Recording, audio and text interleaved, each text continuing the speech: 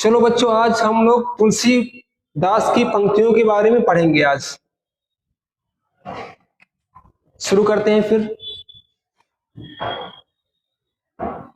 काम क्रोध मद लोभ की चौलो मन में खान, तौलो पंडित मूर्खो तुलसी एक समान।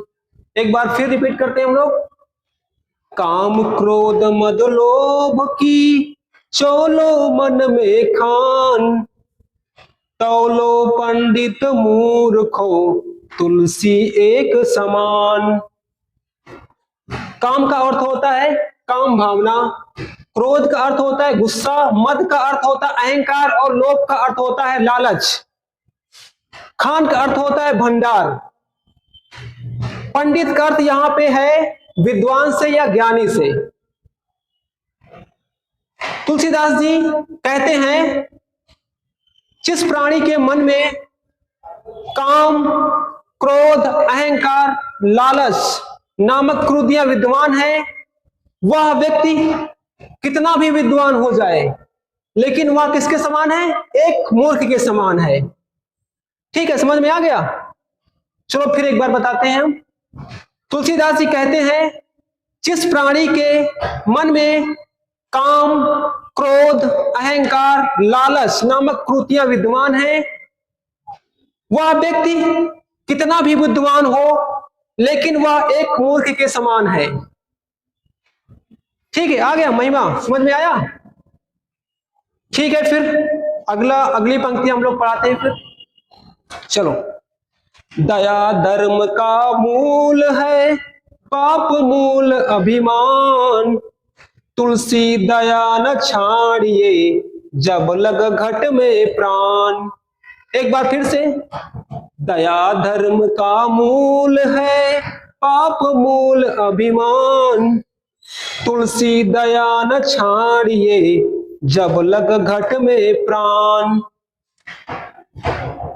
इसमें अभिमान का अर्थ अहंकार है और घट का अर्थ है शरीर। तो कबीरदास जी कहते हैं दया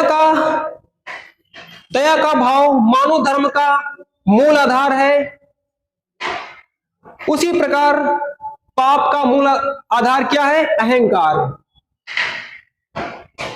इस पंक्ति में बताया गया है कि जिस प्रकार दया का मूल आधार मानव धर्म है, उसी प्रकार पाप का मूल आधार अभिमान है।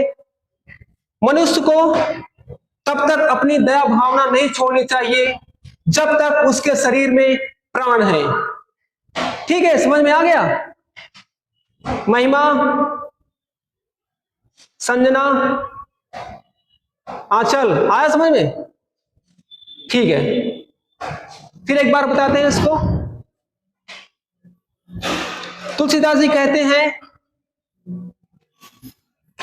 मनुष्य में जिस प्रकार दया का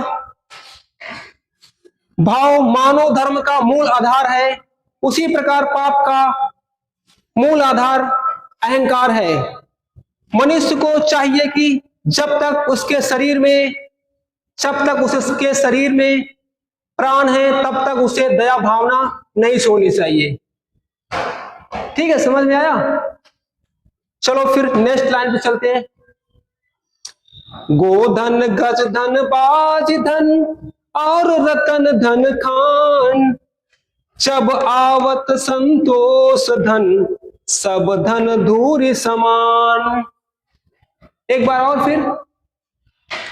गोधन गज धन बाज धन और रतन धन खान, जब आवत संतोष धन सब धन धूरि समान। यहां पे गोधन का तात्पर्य है पशुधन, गजधन का तात्पर्य है हाथियों की बात की जा रही, बहुत सारे हाथी। बाजधन अर्थ होता है घोड़े, बहुत सारे घोड़े। रतन धन का तात्पर्य है हीरा जवाहरात। और संतोष का अर्थ होता है संतुष्टि। धूरी का अर्थ होता है धूल। तो तुलसीदास जी ने कहा है कि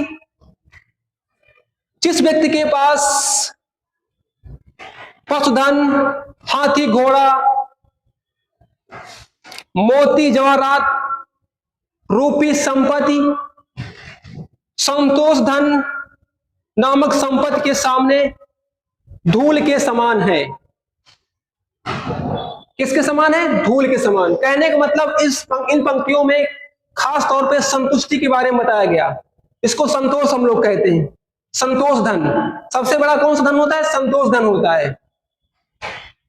एक बार फिर बताते हैं, जिस प्राणी के पास पशुधन, हाथी घोड़े, सोना चांदी जवाहरात रूपी धन, संतोष रूपी धन के सामने किसके समान है? धूल के समान है। ठीक है, एक बार इन पंक्तियों को पढ़ते हैं, फिर उसके बाद आगे बढ़ते हैं। काम क्रोध मद लोभ की चोलो मन में खान, तौलो पंडित मूर्खो तुलसी एक समान। फिर दूसरी पंक्ति पढ़ते हैं। दया धर्म का मूल है, पाप मूल अभिमान, तुलसी दया न छाड़िए, जब लग घट में प्राण। ठीक है, अगली पंक्ति फिर पढ़ते हैं हम लोग। गोधन गज धन बाज धन और रतन धन खान, जब आवत संतोष धन सब धन धूरी समान। ठीक है ना?